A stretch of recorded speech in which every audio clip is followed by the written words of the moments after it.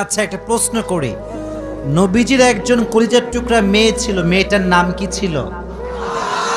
মাশাআল্লাহ, তোমরা তো খুব ভালো জানো। নাম কি ছিল? ফাতেমা। মাশাআল্লাহ। ফাতেমার দুটি সন্তান ছিল, এক হচ্ছে হাসান আর এক হচ্ছে। ফাতেমার একজন স্বামী ছিল, স্বামীর নাম কি ছিল? দেখছেন কত অ্যাক্টিভ শ্রোতা আমার। মাশাআল্লাহ।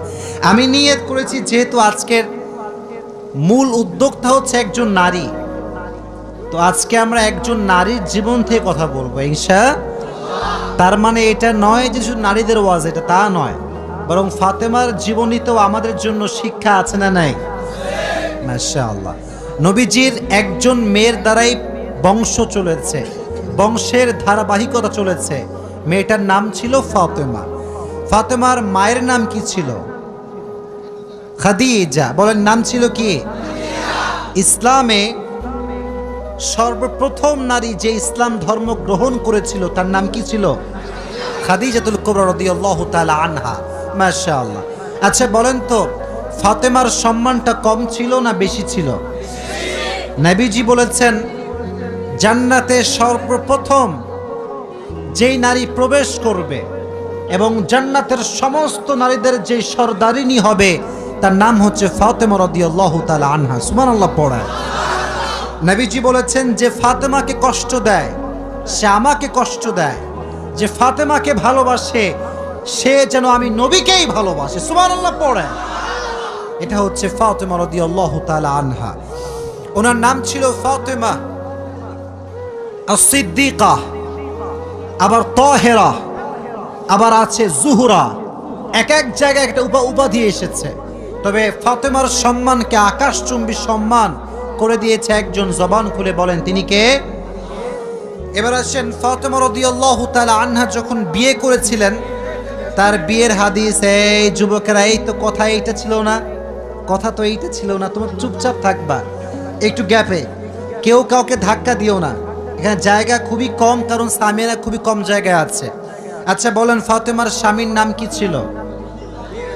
বলেন না, নাম কি ছিল? আলী রাদিয়াল্লাহু তাআলা আনহু।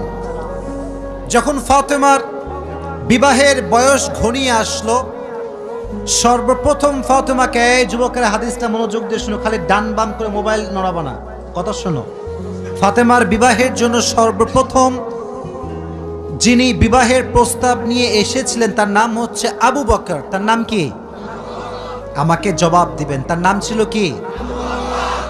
ইয়া রাসূলুল্লাহ, আমি আপনার মেয়েকে বিয়ে করতে চাই, আপনার পারমিশন আছে কিনা? নবীজি যখন প্রস্তাব পেয়েছেন একদম সাইলেন্ট, চুপচাপ, কোনো জবাব দেন নাই।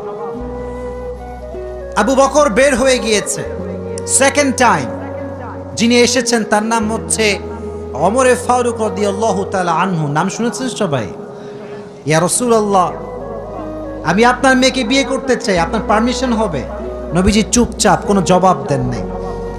তো দুইজন সাহাবী বুঝে গিয়েছে নবীজি তো চুপচাপ, প্রপোজালটাকে অ্যাকসেপ্ট হয়েছে না রিজেক্ট হয়ে গিয়েছে? রিজেক্ট হয়ে গিয়েছে, বের হয়ে আসছে। বাহিরে আরো আছে দুইজন সাহাবী। বলো কয়জন সাহাবী? খেয়াল করে দেখবেন যুবক ভাইয়েরা, বন্ধু বান্ধব এক জায়গায় বসলেই বদমাইশ শুরু হয়ে যায়, ঠিক কিনা বলো যুবক ভাইয়েরা? কিছু কিছু যুবক খুবই ভদ্র, মেয়ে দেখতে চায় না। কিছু কিছু লুচ্চা বন্ধু আছে, বলে এই দেখ, ওই যে দেখ দেখ দেখ দেখ।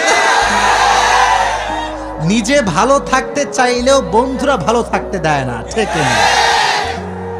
তো সাহাবা একরাম দুষ্টামি করতেন। বন্ধুত্বের মাঝে দুষ্টামি না হলে বন্ধুত্ব জমে না। তো ওনারা বন্ধুত্বর মাঝে দুষ্টামি করতেন, কিন্তু হারাম কোনো কথা বলতেন না, যা বলতেন সুন্নাহ অনুযায়ী বলতেন। সুবহানাল্লাহ। তো খেয়াল করেন, এদিকে আমার চোখে চোখ। তো যখন দুইজন সাহাবী রিজেক্ট হয়ে গিয়েছে বিয়ের ক্ষেত্রে, তারা বের হয়ে আসছে যে আমাদের বিয়ে হবে না, আমরা রিজেক্ট। বাহিরে আছে আরো দুইজন সাহাবী, এক হচ্ছে আব্দুর রহমান বিন আউফ আর এক হচ্ছে আলী রাদিয়াল্লাহু তাআলা আনহু। তো আব্দুর রহমান বিন আউফ বলছে, আলী, আবু বকর রিজেক্ট হয়ে গিয়েছে, ওমর রিজেক্ট হয়ে গিয়েছে, আমার বিশ্বাস আলী যদি বিবাহের প্রস্তাব নিয়ে যায় নবী তার প্রস্তাবকে কখনো ফিরে দিতে পারবে না। সুবহানাল্লাহ পড়লেন না? এবার আলী রাদিয়াল্লাহু তাআলা আনহু বলছে, আমার কাছে টাকা নাই, পয়সা নাই, গাড়ি নাই, বাড়ি নাই। নবী তো আমার সঙ্গে তার মেয়ের বিয়ে দিবে না, কারণ আমার কাছে কোনো ঘর নাই, বাড়ি নাই। আব্দুর রহমান বিন আওফ বলছে, আগে যাও তো, এটা ট্রাই দিয়ে আসো, চান্স নিয়ে আসো, দেখো কি হয়। তো আলী রাদিয়াল্লাহু তাআলা আনহু এসেছেন। এই ছাতাওয়ালা ভাইরা, হোয়াট ইজ দিস? আওয়াজ কেন? আওয়াজ হবে না প্লিজ। তাকবীর দেন, লিল্লাহি তাকবীর। আল কোরআনের আলো। আমি ট্রাই করছি ন্যাচারালি কিছু বলার জন্য, কারণ দেখেন আপনারা যদি ডিস্টার্ব করেন এটা ওয়াজ থেকে যাবে ইউটিউবে। যদি আপনাদের সাউন্ডটা শ্রোতাকে কষ্ট দেয়, তারা বলবে নওগাঁর মানুষ অভদ্র মানুষ, কি সহ্য করা যাবে? আমরা চুপচাপ থাকবো, জাস্ট আমি যখন প্রশ্ন করব তখন জবাব দিবেন, ঠিক আছে ইনশাআল্লাহ? তো আলী রাদিয়াল্লাহু তাআলা আনহু আসছে বিবাহের প্রস্তাব নিয়ে। তো জামাই হওয়ার প্রস্তাব যদি কোনো বাবার কাছে মেয়ে যায় বা ছেলেরা যায়, একটা লজ্জা ভেতরে আছে না নাই? তো আলীর ভিতরে লজ্জা কাজ করছে, আরে আমি কেমনে বলবো নবীর মেয়েকে বিয়ে করতে চাই। তো যখন আসছে লজ্জায় কাছে আসে না, একবার জানে একবার বামে, এদিক এদিক করতেছে। তো নবীজিকে আগেই আল্লাহ তাআলা জিবরাইলের মাধ্যমে ওহী পাঠিয়েছেন, নবী হে, আজকে আপনার কাছে আলী রাদিয়াল্লাহু তাআলা আনহু জামাই হওয়ার প্রস্তাব নিয়ে আসবে। সুবহানাল্লাহ পড়েন। তো নবী বলছেন, আলী তুমি আজকে কেন এসেছো? তো আলী বলতে চায় না, বলছে নবী এমনি ঘুরতে আসছি, কোনো কাজ কাম নাই, এমনি ঘুরতেছি আর কি। তো নবী বলছে, আলী আমি কিন্তু জানি তুমি কেন এসেছো। বলছে কেন নবী আপনি বলেন। বলছে আজকে তুমি আমার জামাই হওয়ার প্রস্তাব নিয়ে এসেছো। সুবহানাল্লাহ। তো নবীজি আগের দুইবার ছিলেন চুপচাপ, আগে ছিলেন কি চাপ? আরো জোরে। কিন্তু নবী এবার একটা কথা বললেন। নবী বললেন, আলী ইনশাআল্লাহ।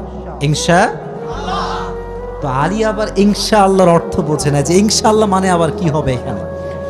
তো উনি ভাবছে আমারটাও মনে হয় রিজেক্ট হয়ে গিয়েছে, বের হয়ে আসছে। তা আব্দুর রহমান বিন আওফ দূরে দূরে আছে, হ্যাঁ আমি তো পরামর্শ দিয়ে পাঠাইছিলাম, রিজেক্ট যদি হয়ে যায় কপালে দুঃখ আছে না নাই? তো বলছে, আলী কি হয়েছে তোমার, বিয়ে কি হবে না কি হবে না? তো আলী বলছে, আমিও রিজেক্ট খাইছি, আমার বিয়ে হবে না। তো বলছে নবী কি বলেছে আগে তাই বলো। বলছে নবী বলেছে ইনশাআল্লাহ। তো আলী রাদিয়াল্লাহু তাআলা আনহুর এই কথা শুনে আব্দুর রহমান বিন আওফ বলছে, তোমার বিয়ে অর্ধেক হয়ে গিয়েছে মনে করো। সুবহানাল্লাহ পড়ে। আচ্ছা বলেন তো প্রিয় ভাইয়েরা, ফাতেমার মতো চরিত্রবান নারী কি আমাদের এই বর্তমান বাংলাদেশে পাওয়া যাবে? আসতে বললেন কেন? পাওয়া যাবে? আলীর মতো এরকম জামাই, মুত্তাকি জামাই আল্লাহর জমিনে কাউকে পাওয়া যাবে? আজকালকার তো বোরকা পড়লো বিশ্বাস করা বড় দায় হয়ে যায়। আপনি দেখবেন আজকাল যারা টিকটক করে তাদের 80% হচ্ছে বোরকাওয়ালি নারীরা টিকটক করে। আমি কথা বলবে না প্লিজ, নো কথা প্লিজ, আমি বলছি। দেখবেন টিকটকার মেয়েরা আসলে ইসলামটা বোঝে নাই। তারা মনে করছে জাস্ট বডিটা শো করব, কয়েকটা ফ্যান ফলোয়ার্স বাড়বে, বাস এনাফ। কিন্তু সে বুঝে নাই যে এই সামান্য কয়েকটা ফ্যান ফলোয়ার্স আমাকে জাহান্নামের আগুনে হাজার হাজার বছর পুড়িয়ে ফেলবে, ঠিক কিনা? They don't have any kind of realization, অনুধাবন নাই। এই যে একটা মেয়ের চেহারা আমরা দেখছি, তার উলঙ্গ চেহারা, উলঙ্গ বাড়ি ফেসবুকে সে শো করছে, টিকটকে সে শো করছে, আমাদের চোখ কি ভালো হচ্ছে না নষ্ট হচ্ছে? এই যে মেয়ের কারণে চরিত্র নষ্ট হচ্ছে, মেয়ের আমল নামায় গুনাহ আছে না নাই? তো ফাতেমা এরকম নারী ছিলেন না, এতটা খারাপ তিনি ছিলেন না। উনি ছিলেন সবচাইতে চরিত্রের সুমহান পর্যায়ের অধিকারিণী নারী। সুবহানাল্লাহ পড়া। তো লাস্টে নবীজি ফাতেমার কাছে আসছেন যে, ফাতেমা একটা কথা বলতে চাই আম্মা জান। দেখেন বাবা কাকে বলে, এই যুবকেরা বাবা কাকে বলে দেখো। বলছে আম্মা জান একদম মনোযোগ দিয়ে শুনবেন, ফিল করে শুনবেন। ফাতেমা তোমাকে একটা কথা বলতে চাই। আব্বাজান বলেন কি কথা? বলতেছে যে তোমার জন্য একজন পাত্র পেয়েছি বিয়ের জন্য। তো ফাতেমা বলছে মান হুয়ার রজুল, হু ইজ দ্যাট পারসন, সে কে? তো নবীজি বলছেন তার নাম হচ্ছে আলী। তো আলীর নাম শুনে ফাতেমা একটা মুচকি হাসি দিয়েছে, সুবহানাল্লাহ পড়ে। তো মেয়েরা কিন্তু কাউকে পছন্দ করলে সরাসরি ইয়েস বলে না, একটু মুচকি হাসি দেয়। আর হাদিসে এসেছে বিয়ের ক্ষেত্রে মেয়েকে মুখ ফুটিয়ে হ্যাঁ বলতে হবে না, যদি সে মুচকি হাসি দেয় এটাই প্রমাণ বহন করে যে সে রাজি হয়ে গিয়েছে, ঠিক না বলো? ফাতেমার যেহেতু মুচকি হাসি নবী দেখেছেন, নবী বলছেন ফাতেমা তোমার বিবাহ কার সঙ্গে ফাইনাল? কার সঙ্গে ফাইনাল? আলীর সঙ্গে ফাইনাল। তাহলে এই ক্ষেত্রে আমাদের একটা আদর্শ আছে ফাতেমার জীবনীর থেকে, যখন মেয়েকে বিয়ে দিবেন মুত্তাকি ছেলের সঙ্গে বিয়ে দেওয়া লাগবে, গাঁজাখোরের সঙ্গে বিয়ে দেওয়া যাবে না। আজকালকার গাঁজাখোরের সঙ্গে বিয়ে দেয়, এরকম বাপ আছে না নাই? খালি গাঁজাখোর না, টাকলার সঙ্গে বিয়ে দিয়ে দেয়। আজীব কথাবার্তা। এত সুন্দর যুবক নওগাঁর মাটিতে আছে, বাবা টাকলা কেন খুঁজে বেড়ায়? আমি বুঝে আসি না জিনিসটা আর কি। শোনেন একটা বিষয় বলি, বাস্তব কথা বলছি। 15 বছরের মেয়ের সঙ্গে 60 বছরের বুড়ার কখনো যায় না,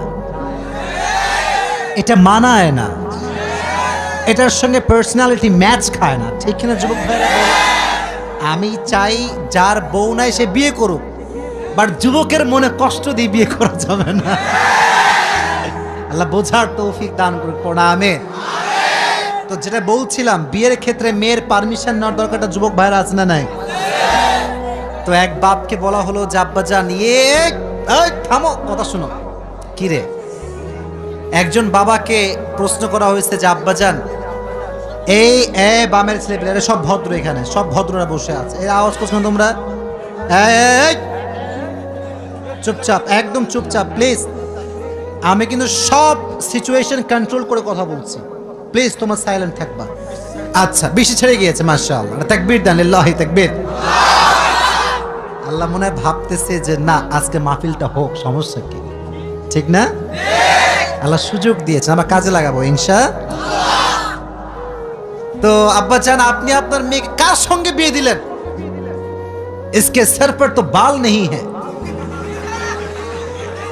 तो বলছে যে বাবা बाल नहीं है तो क्या हुआ, माल तो है। আজকালকার আব্বাজানরা অনেক সময় টাকাকে বেশি গুরুত্ব দেয়, তাকওয়াকে গুরুত্ব দিতে চায় না, এরকম বাবা আছে না নাই?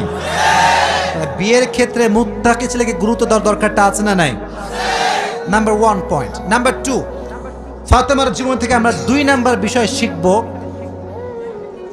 যে একজন স্ত্রীর আদর্শ কেমন হওয়া দরকার, স্বামীর সঙ্গে ব্যবহার কেমন হওয়া দরকার, জানা দরকারটা আছে না নাই?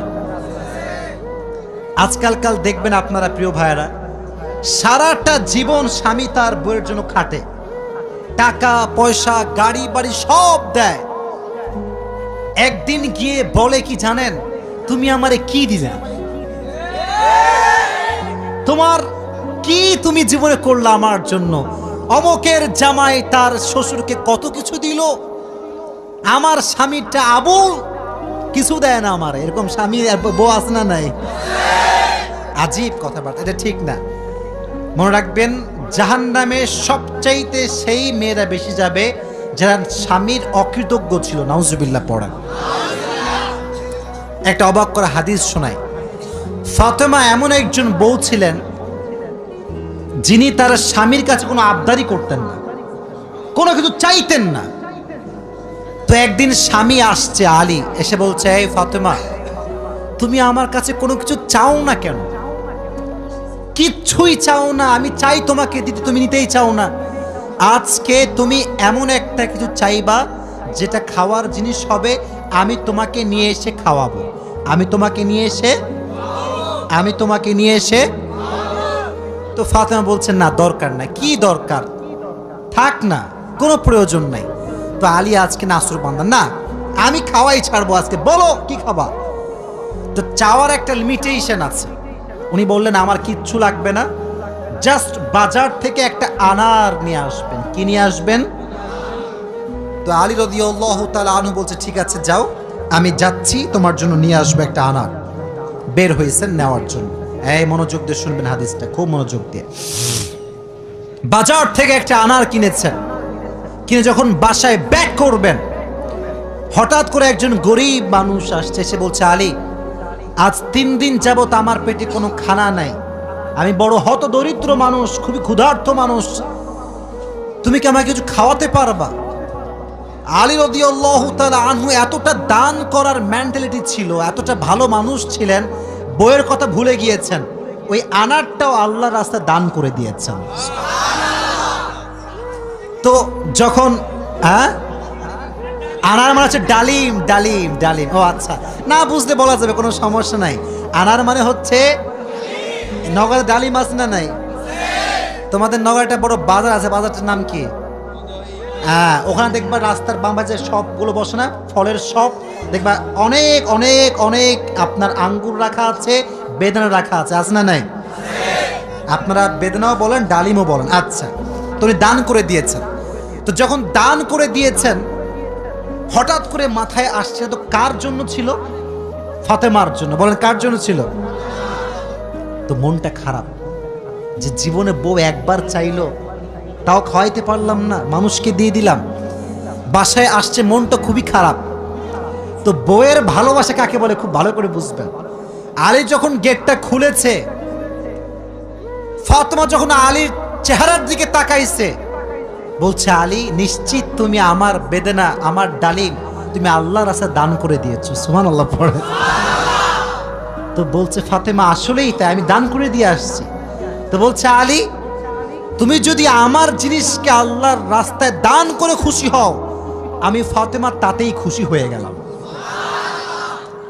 অবাক করা বিষয় দেখেন, হঠাৎ করে একজন মানুষ বাসার গেটে নক করেছে, এই কেউ কি আছে বাসায়? গেট খুলেছে, তো দেখছে গেটের বাইরে দাঁড়িয়ে আছে একজন সাহাবী, তার নাম হচ্ছে সালমান ফারসি। তার নাম কি? এদিকে পেছনে কিয়ামত হয়ে যাক, তোমরা আমার দিকে তাকাও। তার নাম কি? সালমান ফারসি। বলছে, কি হয়েছে আপনার, হঠাৎ করে আপনি আমাদের বাসায় আসছেন? বলছে, নবীজি তোমার জন্য 9টি আনার হাদিয়া পাঠিয়েছেন। আপনার সুবহানাল্লাহ পড়তে পারলেন না? কয়টি আনার? আরো জোরে। তো আলী বলছেন, নো, এটা আমার না, এটা আমার হতে পারে না। সালমান ফারসি বলছে, কেন? এটা তোমার জন্য পাঠিয়েছে। আলী বলছে, ভালো করে চেক করো, এটা আমার জন্য হতে পারে না। বলছে, কেন? বলছে, আল্লাহ তাআলা কোরআনে বলেছেন, মান জাআ বিল হাসানাতি ফালাহু আশরু আমসালিহা, যে আল্লাহর রাস্তায় একটা দিবে, আল্লাহ তারে 10 গুণ বাড়ায় দিবে। তাহলে আমার তো 9টা হবে না, আমার হবে কয়টা? তো সালমান ফারসি এই কথা শুনে আবার পকেটে হাত দিয়েছে, হাত দিয়ে আর একটা বের করেছে, বলছে, নবী তোমাকে 10টাই দিয়েছে, আমি জাস্ট পরীক্ষা করছিলাম। সুবহানাল্লাহ পড়ে। তো চাইলেও একটা ভালোবাসা লাগে, আর যে আল্লাহর রাস্তায় দান করে তার আরো বেশি বাড়ায় দেয়। একজন আওয়াজ দিয়ে বলেন, তিনি কে? আর একটা রেওয়ায়াত বলি, একদিন ফাতেমা রাদিয়াল্লাহু তাআলা আনহা সুতা বিক্রি করলেন। কি বিক্রি করলেন? সুতার দাম হচ্ছে 6 দিরহাম। কয় দিরহাম? আচ্ছা, তো বলছে, হে আমার স্বামী আলী, 6 দিরহাম নিয়ে কয়েকটা রুটি নিয়ে আসো হাসান এবং হোসাইনের জন্য। কার জন্য? হাসান এবং হোসাইন কার সন্তান? ফাতেমা এবং আলীর সন্তান। তো অবাক করে একটা রেওয়ায়াত, আমি জাস্ট গতকালকে এটা পড়লাম, এটা আমি আগে জানতাম না। তো বের হয়েছে বাসার থেকে রুটি কিনবার জন্য। কি কিনবার জন্য? রুটি কিনে ফেলেছে। Just he was coming back to home, বাসায় আসছিলেন। হঠাৎ করেই গরিব আসছে, অসহায় মানুষ। আলী, কিচ্ছু নাই পেটে খাওয়ার মতো, তুমি কিছু দিতে পারবা? আলীর মনোমাইন্ড এতটা বড় ছিল, যা কিনতে গিয়েছিল ফ্যামিলির জন্য, ওইটাও আল্লাহ রাস্তায় দান করে দিয়েছে। জোরে সোরে পড়ুন সুবহানাল্লাহ। সন্তানের জন্য খাবার আপনি কিনেছেন, কিন্তু দান করে দিয়েছেন, কিন্তু ভেতরে একটা কষ্ট আছে না নাই? দেখো, এই যুবকেরা, প্লিজ প্লিজ লাফালাফি করো না, এদিকে আমার দিকে একদম স্থির হয়ে থাকো। চুপচাপ স্থির থাকো, কারণ নওগাঁর মানুষ তো এরা অভদ্র ঘরের সন্তান, এরা সব ভদ্র ঘরের সন্তান, ঠিক না? চুপচাপ থাকেন। তো যখন ফিরে আসবেন, হঠাৎ করে একজন লোক আসছে, এসে বলছে, আলী তুমি কি এই উটটা কিনবা? উট? বলেন কি? তো আলী বলছে, না ভাই টাকা পয়সা নাই, কেনার সম্ভব না। তো বলছে, তোমাকে আমি এইটা এখন দিচ্ছি, তোমার যখন বিক্রি করার সুযোগ হবে তখন বিক্রি করবা, তোমার লাভ তুমি রাখবা আর আমারটা আমাকে দিলেই হবে। তো আলী বলছে, ঠিক আছে দাও। জাস্ট উটটা নিয়েছে, উট নিয়ে বাসায় ব্যাক করবে, আবার আরেকজন আসছে, বলছে ভাই এর দাম কত নেবেন বলেন। বলছে ভাই আপনি দাম বলেন। যে উটের দাম হয় 200 দিরহাম, ওই লোক আগেই বলছে আমি এটাকে তোমার কাছ থেকে 300 দিরহাম দিয়ে ক্রয় করে নিব। নিয়ে নিয়েছে উট। তাহলে আগে ছিল মাত্র কয় দিরহাম, এখন তিনি কয় দিরহামের মালিক হয়ে গেলেন? সুবহানাল্লাহ পড়তে পারলেন না? এখন এই যে 300 দিরহামের মালিক যাকে দিবে, লভ্যাংশ খুঁজে পায় না। কই গেল লোকটা? লোক আর খুঁজে পায় না, না পেয়ে বাসায় আসছে। যখন গেট খুলেছে, গেট খুলেই দেখছে নবীজি তার বাসার ভেতরে বসে আছে। বলছে আলী আজকের ঘটনা তুমি বলবা নাকি আমি বলবো? বলছে নবী আপনিই বলেন। বলছে তোমার কাছে সর্বপ্রথম যিনি উট বিক্রি করেছিলেন তিনি আর কেউ নন, তিনি হচ্ছেন জিবরাইল। আর যিনি ক্রয় করেছেন 300 দিরহাম দিয়ে, সে কোনো মানুষ নয়, তিনি হচ্ছেন ইসরাফিল। কেন নবী এটা কেন আমার সঙ্গে হলো? বল তুমি যে নিজে না খেয়ে মানুষকে খাওয়াইছো, এটা আল্লাহর কাছে বড্ড ভালো লেগেছে। তো আল্লাহ তোমার এত বেশি বাড়ায় দিয়েছে যে তুমি কল্পনাই করতে পারো না। সুবহানাল্লাহ পড়েন।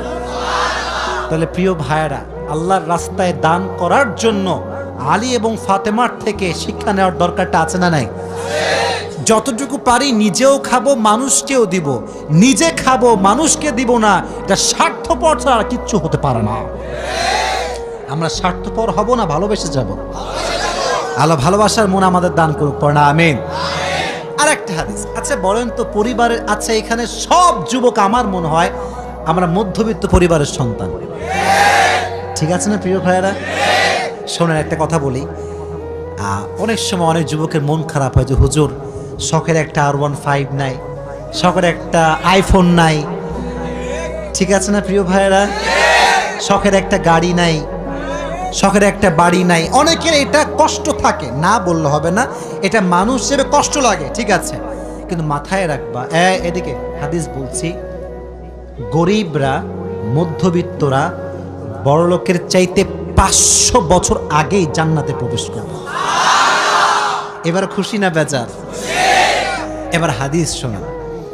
হঠাৎ করে একদিন আলী এবং ফাতেমার ঘরে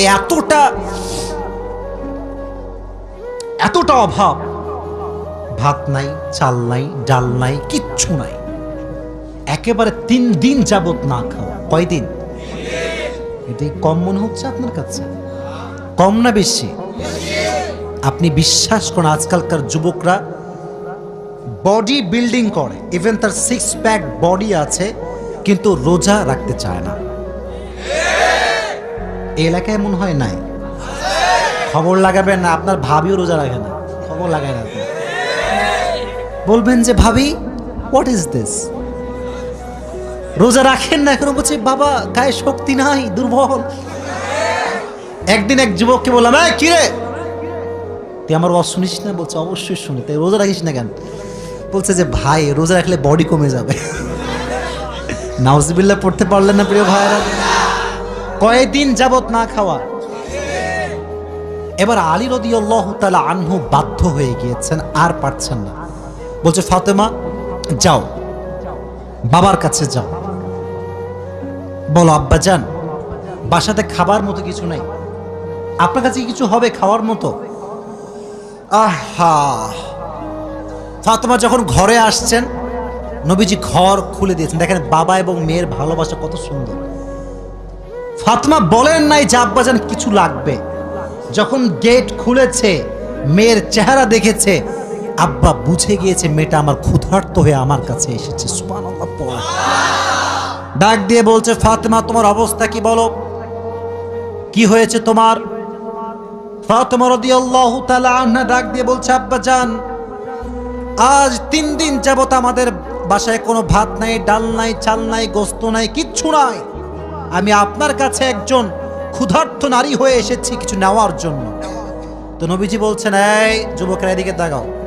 বলছে, ফাতেমা, আমার কাছে 5টা বকরি আছে, 5টা দোয়া আছে। 5টা বকরিও আছে, 5টা ধামরাটের ভাইরা, 5টা দোয়া আছে, 5টা বকরি আছে। তুমি কোনটা নিতে চাও? which one you want to select? তো ফাতেমা বলছে, নবী হে, আমার বকরি লাগবে না, আমাকে দোয়া শিখাই দিলেই হবে। পরীক্ষায় পাস।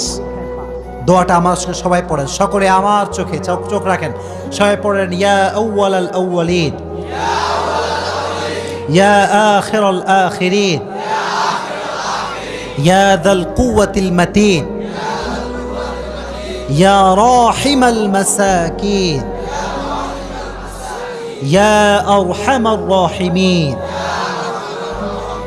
আমি জানি যে এটা এখনই মুখস্থ করা সম্ভব না, তবে এটা আগামীকাল কোথায় যাবে? মাশাআল্লাহ, সার্চ করবেন, ডাউনলোড দিবেন, এখানে কাট করে নিয়ে আসবেন। এই দোয়াটা you have to repeat after me, বারবার বারবার বারবার। নবীজি বলেছেন, এই দোয়া যে যত বেশি পড়বে তার রিজিকে বরকত তত বেশি বেড়ে যাবে। এই দোয়াটা আমরা বেশি বেশি পাঠ করব তো ইনশাআল্লাহ।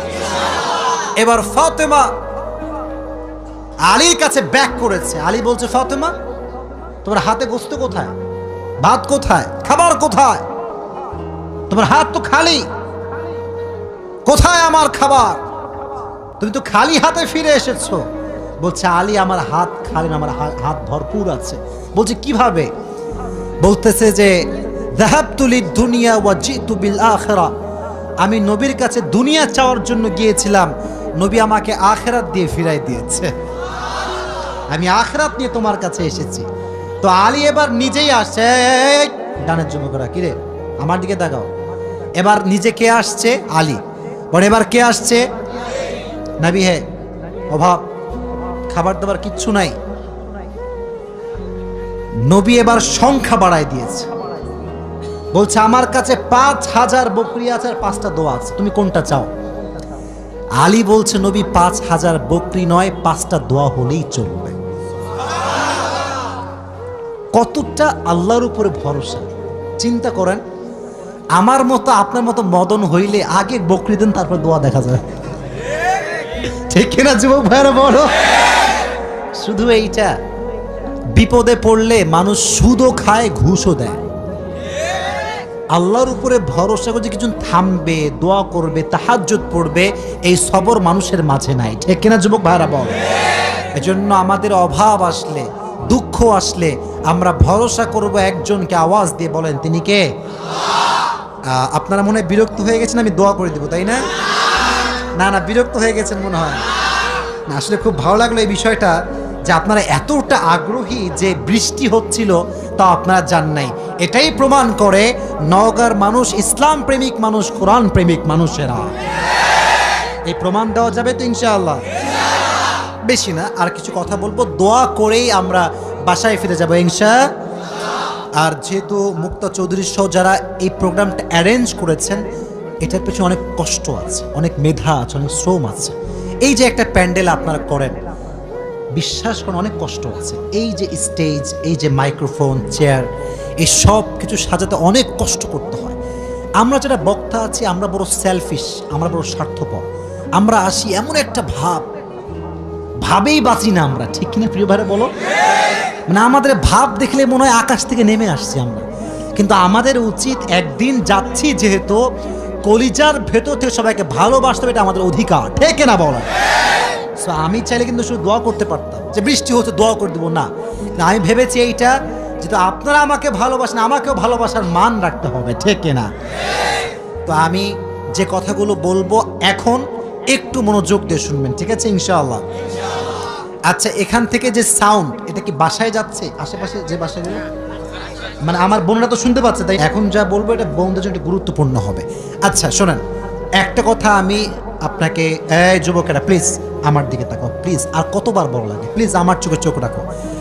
আমি তোমাদের কাছে একটা কথা বলি যুবক, আচ্ছা আমরা কি মেয়েদের শত্রু নাকি বলো? তোমরা বলো না কেন, আমরা কি শত্রু? আমার কথা হচ্ছে বোন, আপনি পর্দাশীল হয়ে যান, আপনাকে আমরা স্যালুট করব, ঠিক না? আপনি পর্দাশীল না হলেও আপনাকে কলিজার ভেতরে সম্মান করব, এই জন্য কারণ কাউকে ঘৃণা দিয়ে নয়, সম্মান দিয়ে পরিবর্তন করতে হয়। আমাদের যে আজকাল অ্যাটিটিউড আমাদের বক্তাদের ভেতরে, দেখবেন যে আমরা বাংলাদেশে ভাই যেই পরিমাণ হুজুররা আর এক হুজুরকে বদনাম করে, পৃথিবীতে দ্বিতীয় আর কোথাও আপনি এরকম পাবেন না। এই মাইকটা পাইলে ওই হুজুর কনফার্ম জাহান্নামী, ওই হুজুরের বাপ কাফের, ওই হুজুর দাদা কাফের, এই হুজুর নিজেও কাফের, 14 হুজুর সবই কাফের। আচ্ছা সব হুজুর যদি কাফের হয় তাহলে জান্নাতে যাবে কি? জান্নাতে যাবে কি? ন্যারো মাইন্ডেড আমরা, খালি ভুল ধরতে পারি, গুণ ধরতে পারি না, ঠিক কিনা বলো? তো আজকের এই নওগাঁর ধামইরহাট, তাই না? ধামইরহাটের মাহফিল, আমি একটা ছোট্ট কথা বলছি। আমি আমার এটা কখনো আমি বলি নাই, আজকে ফার্স্ট বলছি। আমি আমার বন্ধুদের কাছে ক্ষমা চাচ্ছি আজকের, কারণ আমার কথায় কিছু মিস্টেক ছিল। কি মিস্টেক ছিল? মেয়েদেরকে আমি যা শিখেছি এই পর্যন্ত, মানে আমার এই ক্যারিয়ারে, যুবক ভাইরা তোমরা এটা ভালো করে শুনবা, কারণ সামনে বিয়ের দিন তো আসতেছে, তাই না? এখন থেকে রোমান্টিক হওয়ার দরকার আছে না? মানে প্র্যাকটিস তো করবা, প্র্যাকটিস তো করা লাগবে, ঠিক কিনা বলো যুবকেরা? তো দেখো আসলে কি জানো, মেয়েদের সঙ্গে কড়া হয়ে কোনো লাভ নেই, ঠিক আছে না? মানে মেয়েরা কড়া সব একদম পছন্দ করে না। আমি ভাবতাম যে ঝাড়ি মারলে মনে হয় সব চেঞ্জ হয়ে যাবে, তো এখন বুঝতে পারতেছি যে মেয়েদেরকে আসলে ধমক দিয়ে কিছু হবে না। যা বলতে হবে সম্মানের সঙ্গে বলতে হবে, একদম পরিপূর্ণ রেসপেক্ট দিয়ে বলতে হবে।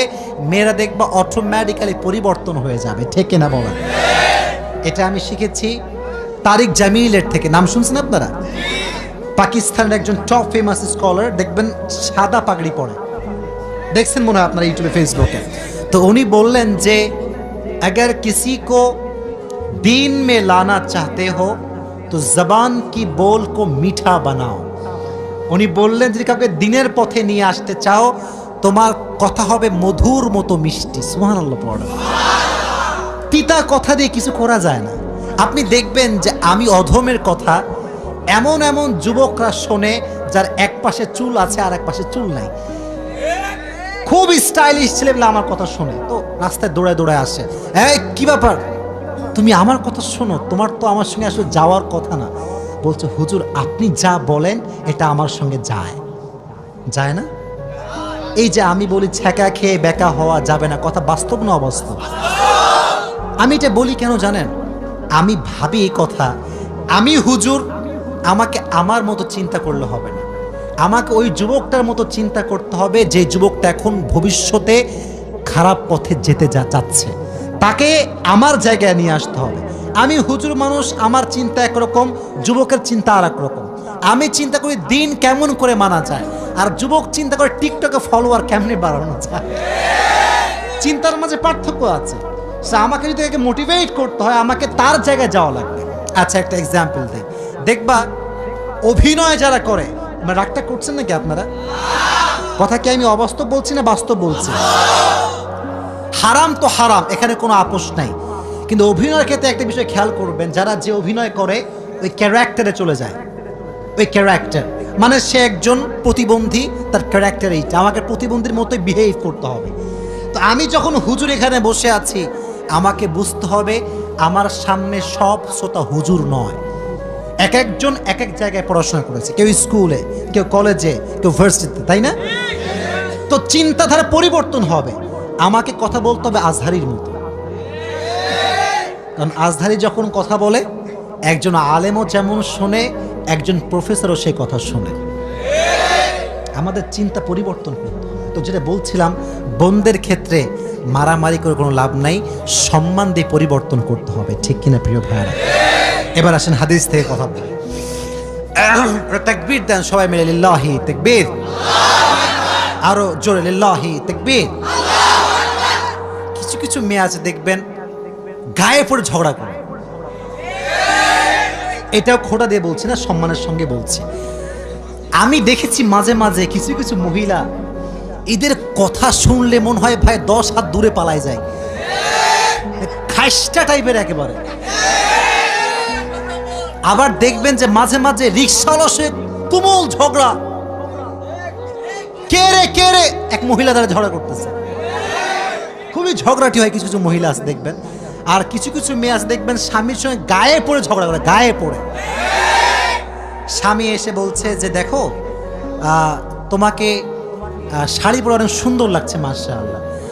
তো বউ বলতেছে আচ্ছা জান বলো তো আমি কি মোটা হয়ে গিয়েছি? তো স্বামী বলছে না না না তুমি অনেক সুন্দর স্লিম আছো। বলছে তুমি তো আমার ভালোবাসার মানুষ, বলো না একটু।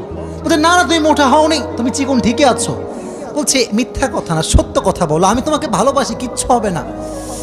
তো বলছে যে জান তুমি একটু মোটা হয়েছো।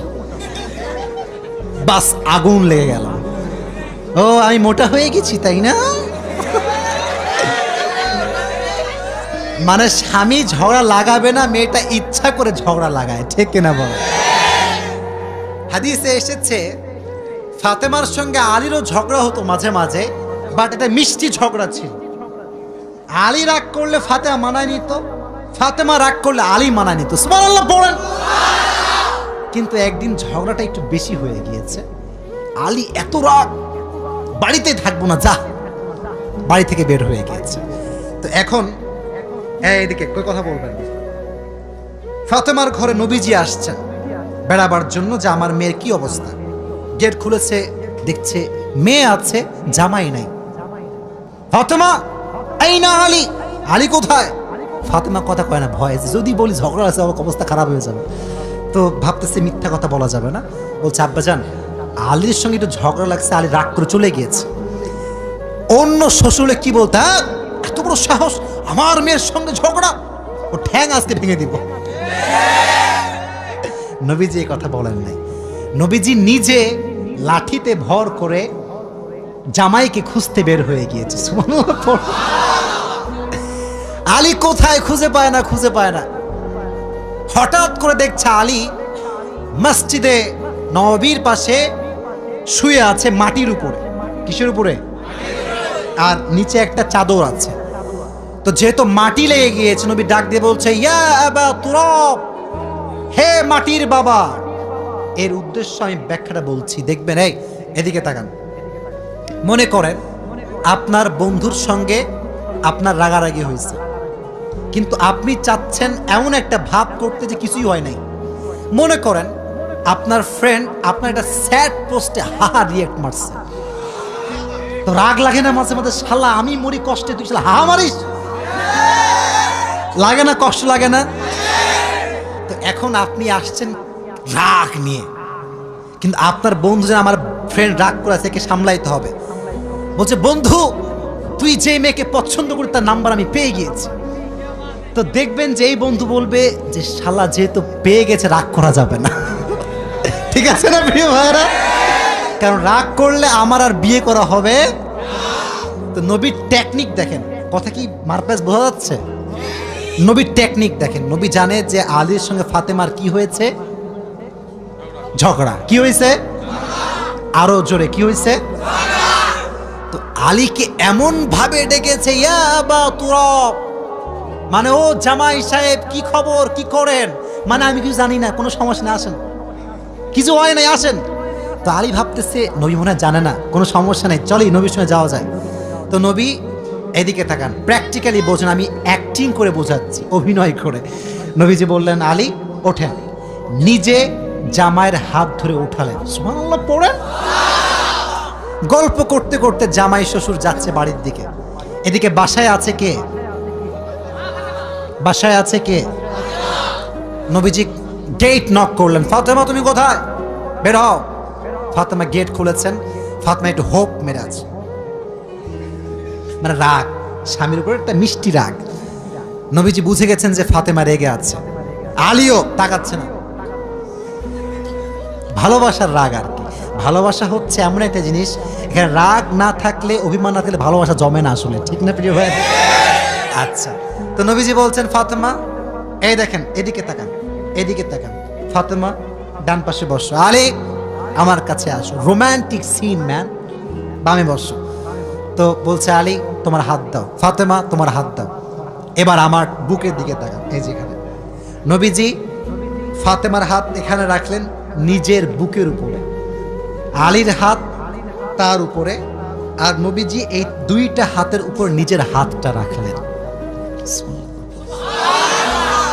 এই তিনটা হাত একসঙ্গে, একটা হচ্ছে ফাতেমার হাত, আর একটা হচ্ছে আর একটা নবীজির নিজের হাত। সুবহানাল্লাহ পড়ে। নবীর হাত যেখানে আছে বরকত কম না বেশি? তিনটা হাত রেখে নবীজি দেখেন কি চালাক নবী, কি চালাক নবীজি। বলছে ফাতেমা বলো আই লাভ ইউ, বলো কি? আসলে হাদিসের শব্দ আই লাভ ইউ না, আমি জাস্ট আপডেট করে এটাকে বোঝাচ্ছি। আলীকে বলছে আরে তুমি বলো আই লাভ ইউ টু, বলো আমাদের কোনো রাগ ঢাক কিচ্ছু নাই। নবীর হাতের ছোঁয়া পেয়ে তারা সব রাগ ভুলে গিয়ে আবার মিলেমিশে একাকার হয়ে গেল। ঝগড়া লাগতে পারে, মনে রাখবেন সম্পর্কে রাগ হতে পারে, অভিমান হতে পারে, বাট ছেড়ে যাওয়ার নাম ভালোবাসা নয়, হাতটা আগলে ধরার নাম হচ্ছে ভালোবাসা। ঠিক কিনা? হাত ধরে রাখলেন যে হাত ছাড়া যাবে না। যখন মিটমাট নবীজি বের হয়ে আসলেন, নবীজির চেহারা এতটা খুশি, যখন সাহাবা একরামদের কাছে আসছে নবীর চেহারার থেকে নূর বের হতে শুরু করে দিয়েছে। ইয়া রাসূলুল্লাহ আপনি এত খুশি কেন? বলছে সাহাবা একরাম শোনো, আজ আমি আমার মেয়েকে তার জামাইয়ের সঙ্গে মিলাই দিয়ে আসছি। এই জন্য ঝগড়া হতে পারে বাট ডিভোর্স দেওয়া যাবে না। আজকালকার ডিভোর্স এত বেশি বেড়ে গিয়েছে, যে পরিমাণ মানুষ মরে তার সাথে বেশি ডিভোর্স বাংলাদেশে হয় মনে হয় আজকাল। ডিভোর্স দেওয়া যাবে, মানিয়ে নেওয়ার দরকারটা আছে না নাই? এই জন্য বোনদের কাছে আমার আবদার, অনুরোধ, রিকোয়েস্ট, স্বামীকে খোঁটা দিয়ে নয় ভালোবাসা দিয়ে বোঝাতে হবে। স্বামীকে তার অতীত দিয়ে নয় তার বর্তমান দিয়ে জাস্টিফাই করতে হবে। কিছু কিছু মেয়ে আছে স্বামীর একটু খারাপ পাইলে হয় তোর মতো শয়তান কেউ নাই, এরকম মেয়ে আছে না নাই? শুধু একা একা অপমান করো না, এলাকার মানুষ সবার সামনে। মনে রাখবেন যেই মেয়ে তার স্বামীর বদনাম করে সেই মেয়ে ভালো হতে পারে না। স্বামীকে বদনাম করে ঠিক করা যায় না, স্বামীকে ভালোবাসা দিয়ে ঠিক করতে হয়। ঠিক না? তবে মাঝে মাঝে সিচুয়েশন পরিবর্তন হলে পদক্ষেপ নেওয়া যাবে, বাট ডিভোর্সের পর্যায়ে যাওয়া এটা ভালো কোনো কাজ হতে পারে। আল্লাহ আমাদের সকলের দাম্পত্য জীবনকে সুখময় করে দিক, সকলেই পড়না আমিন। তাহলে আমরা শিখলাম বিয়ের ক্ষেত্রে মেয়ের পারমিশন নেওয়ার দরকারটা আছে না নাই? ফাতেমার বিয়ের ক্ষেত্রে নবীজি পারমিশন নিয়েছেন কি নেন নাই? Number 1 point. নাম্বার 2, এই বাচ্চারা এই এক মোবাইল দিছে কে রে? হ্যাঁ না মুরব্বী আব্বাজান আপনার বসে কিচ্ছু হয়নি, এ কিচ্ছু হয়নি, একে ঝাড়ে না না কিছু বলেন না, ঝাড়ি মারা যাবে না, ও আবার এখানে আসবে, তো ওকে আসতে হবে, ও আজকের শ্রোতা আগামীর নামাজি হবে ইনশাআল্লাহ। এদের সঙ্গে বাজে ব্যবহার করবেন না। কিছু কিছু হুজুর দেখে এই বাচ্চারা এই বাচ্চা যাওয়ার সময় তওবা করে ইয়ার কভি ভি মাহফিল মে নেহি আয়েঙ্গে হাম, ও তওবা করে যায়। ঠিক না প্রিয় ভাইরা? আবার মাঝে মাঝে দেখবেন বাচ্চা যখন মসজিদে যায়, মুরব্বী আছে কিছু মুরব্বী ঠেটা টাইপের, ঠেটা ঠেটা ঠেটা মুরব্বী আছে এলাকায়। তুই কার বেড়া রে? আজীব কথাবার্তা। বাচ্চা আসলে পকেটে চকলেট রাখবেন, আব্বু এইদিকে আসো, কয় রাকাত পড়লাম? আমি একজন বাচ্চাকে বললাম কি রে ফজর নামাজ কয় রাকাত বা 10 রাকাত? ও বোঝে না বাট আসে, তো ওকে তাড়ায় দেওয়া যাবে? ভালোবাসার দরকারটা আছে না নাই? তাহলে 1 নাম্বার শিক্ষা, মেয়েকে বিয়ে দেওয়ার ক্ষেত্রে পারমিশন নিব। আজ আছেন তো ইনশাআল্লাহ।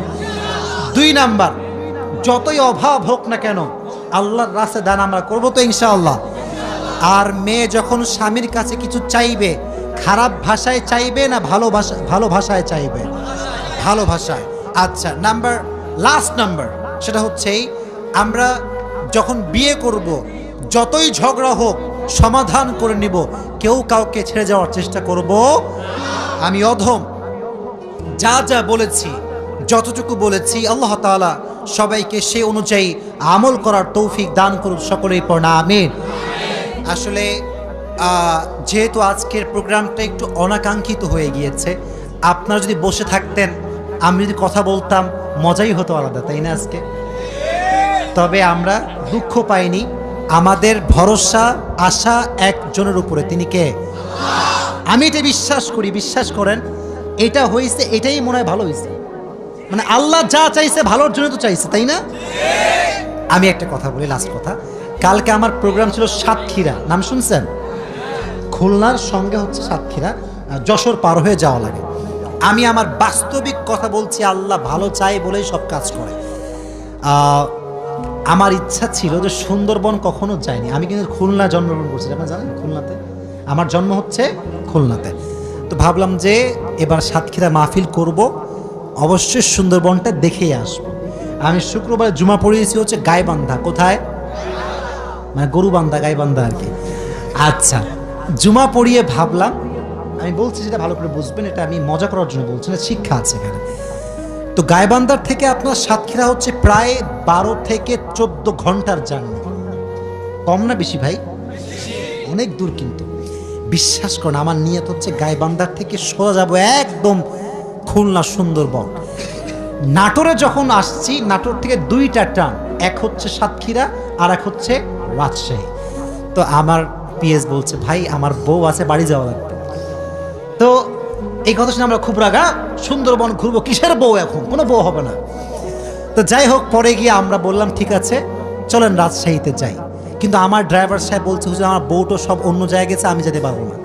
তো কেমন যেন আল্লাহ তাআলার ইচ্ছা 12 ঘন্টার জার্নি আমরা করি নাই। তো বললাম ঠিক আছে চলেন রাজশাহীতে যাই। আমি বললাম নিশ্চিত লিখে রাখেন, এখানে কোনো একটা কল্যাণ লিখে রেখেছে কে? রেখে দিয়েছে কে? যা কথা তাই। বাসায় আসলাম, মাথায় প্রেশার যে আবার ঘুম থেকে উঠেই যাওয়া লাগবে সাতক্ষীরা। সকালে কল যে হুজুর মারাত্মক বৃষ্টি, আমাদের বিশাল বড় প্রোগ্রাম, কয়েকটা থানা মিলে আমাদের মাহফিল, বিশাল বড় প্যান্ডেল, একটা ঝড় একটা বৃষ্টি সব বানচাল করে দিয়েছে, সব শেষ। তার মানে হচ্ছে হুজুর আপনাকে আসতে হবে না। তখন ভাবলাম যদি আমি 12 ঘন্টার জার্নি করে যেতাম হুদাই, আসতাম হুদাই, কোনো কাজ নেই। মাঝখান দিয়ে আমার মেন্টাল স্ট্রেসটা বাড়তো, কষ্ট হতো। তখন বুঝলাম আল্লাহ জো করতা হ্যায় আচ্ছাই কে লিয়ে করতা হ্যায়, ঠিক না? যা কিছু হয়, whatever happens in our life, Allah has better plan for you. যা হচ্ছে এই সব কিছুর পেছনে হাত আছে একজনের, তিনি কে? অতএব আজকে যা হয়েছে, যা শুনছি, খারাপ তো শুনি নাই। ওয়াজটি খুব খারাপ লাগছে নাকি আপনাদের? আজকের ওয়াজের শিক্ষা আছে না নাই?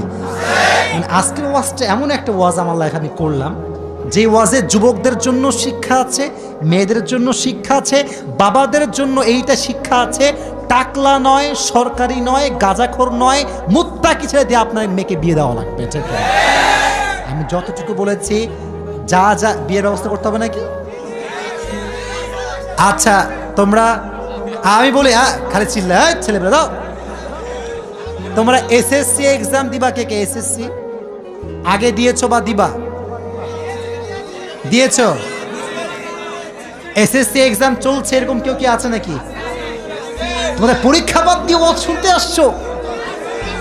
আল্লাহ এদের পরীক্ষার রেজাল্ট ভালো করে দিক, সকলেই পড়া আমিন। আচ্ছা হাত নামা, হাত নামা। আমি বলি আচ্ছা, আমি কিছু কথা বলা যায় না, দোয়া করে দেবো এখনই। আচ্ছা তোমাদের একটা কথা বলে শোনো, পরীক্ষা নিয়ে কখনো প্যারা নেওয়া যাবে না ভাই। একটা কথা বলি শোনো, পরীক্ষায় ফার্স্ট হওয়া যদি সব কিছু হতো, তাহলে ইলন মাস্ককে কেউ সম্মান করতো না, বিল গেটসকে কেউ সম্মান করতো না। মাথায় রাখবা, পরীক্ষায় ফার্স্ট হওয়া যেমন জরুরি, টাকা পয়সা তার চেয়ে বেশি জরুরি। এটা আমি আসিফ বলছি, কে কি বলবে এটা আমি জানি না।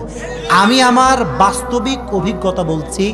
পরীক্ষার ফার্স্ট বেঞ্চার যে ছিল, সে এমন এক অফিসের দারোয়ান হয়েছে যে অফিসের বস হচ্ছে ব্যাক বেঞ্চার। কথা বোঝো না তোমরা আমার? তার মানে যে পড়ালেখা সাইডা দিবা সব, বা তা না। পড়ালেখাও করবা, রেজাল্টও ভালো করবা, মাঝখান দিয়ে চরিত্র ঠিক রাখবা, টাকা পয়সাও তোমাকে কামাতে হবে। কারণ আজকালকার কিছু খালা আছে দেখবা, এই তোমার ছেলের কি খবর গো, আমার ছেলে তো চাকরি হয়ে গেল, আমার মেয়ের বিয়ে হয়ে গেল, তোমার ছেলের কখন কি হবে? বলবা যে আপনার মেয়ের বিয়ে হয়েছে, আপনার ছেলের প্রমোশন হয়েছে, সব ঠিক আছে, বাট আমি তো হাতির বাচ্চা, আমি তো সিংহের বাচ্চা, আমার যখন প্রমোশন হবে নওগাঁ নয় গোটা বাংলাদেশ থরথর করে কাঁপতে থাকবে। ঠিক, wait for the right time, একটু অপেক্ষা করো, বাট ক্যারিয়ারে ফোকাস করো। মনে রাখবা পরীক্ষার এই যে একটা পেইন, এরকম পেইন যে কত খাইছি জীবনে, কিচ্ছু কাজে আসে নাই, খালি ঘুমটা নষ্ট করছি আর কিচ্ছু না। এক সময় এত পেইন, না 1 নাম্বার হতেই হবে, ভাই বাপ ভাত দিবে না, কিচ্ছু দিবে না। আমার বাপ আমাকে নিজে বলে, আব্বা তুমি যে 1 নাম্বার চিন্তা হওয়া বাদ দিয়েছিলা, এটাকে আমি এখন বুঝতে পারছি তোমার সঠিক সিদ্ধান্ত ছিল। কারণ আমরা এই যে তথাকথিত সমাজ 1 নাম্বার হতে হবে, 1 নাম্বার হতে হবে, এইটা করতে করতে ক্যারিয়ারের মূল ফোকাসটা হারায় যায়। কথা ঠিক আছে না প্রিয় ভাইয়েরা? তুমি ভালো রেজাল্ট করো, বাট জীবনে যেটা হতে চাও পাশাপাশি এটাকে বেশি ফোকাস করো। রাজি আছো তো ইনশাল্লাহ? তোমরা সাকিব আল হাসানের নাম শুনছো, খেলোয়াড়, অলরাউন্ডার, তাই না? তোমরা, আমি জাস্ট তোমাদেরকে ভালোবেসে কথাগুলো বলছি, আমার কথা শেষ, জাস্ট ভালোবেসে বলছি। তোমরা দেখবা যে ও রিসেন্টলি গ্রাজুয়েশন কমপ্লিট করেছে, দেখছো? 15 বছরের গ্যাপ। কত বছরের গ্যাপ? তো যখন পড়ালেখা বাদে ক্রিকেটিং শুরু করছিল, এলাকার মানুষ গাইল ধুমাইয়া গাইল, শালা পাগলা লেখাপড়া বাদ দিয়ে ক্রিকেটিং করে বেড়াচ্ছে। যারা ক্রিটিসাইজ করতো ওই সময়ে, তারাও আজকে সেলফি তোলার জন্য পাগল হয়ে গিয়েছে। ঠিক না ভাই? বোঝা ট্রাই করো, ক্যারিয়ারটা হচ্ছে মেইন থিং। পরীক্ষার রেজাল্ট ডাজেন্ট ম্যাটার যদি তুমি ক্যারিয়ারে ভালো কিছু করতে পারো। তুমি ফ্রিল্যান্সিং করতে পারো, তুমি একজন ভালো উদ্যোক্তা হতে পারো, তুমি বিজনেস ম্যাগনেট হতে পারো, তুমি একজন লেকচারার হতে পারো, তুমি যা মন চায় হতে পারো, বাট খালি পরীক্ষা পরীক্ষা পরীক্ষা, 100 নাম্বার পাইতে হবে, জিপিএ 5 পাইতে হবে, এই চিন্তা বাদ দিয়ে দাও। ঠিক না প্রিয় ভাইরা? আল্লাহ আমাদের সবাইকে বোঝার তৌফিক দান করুক, সকলে পড়া আমিন।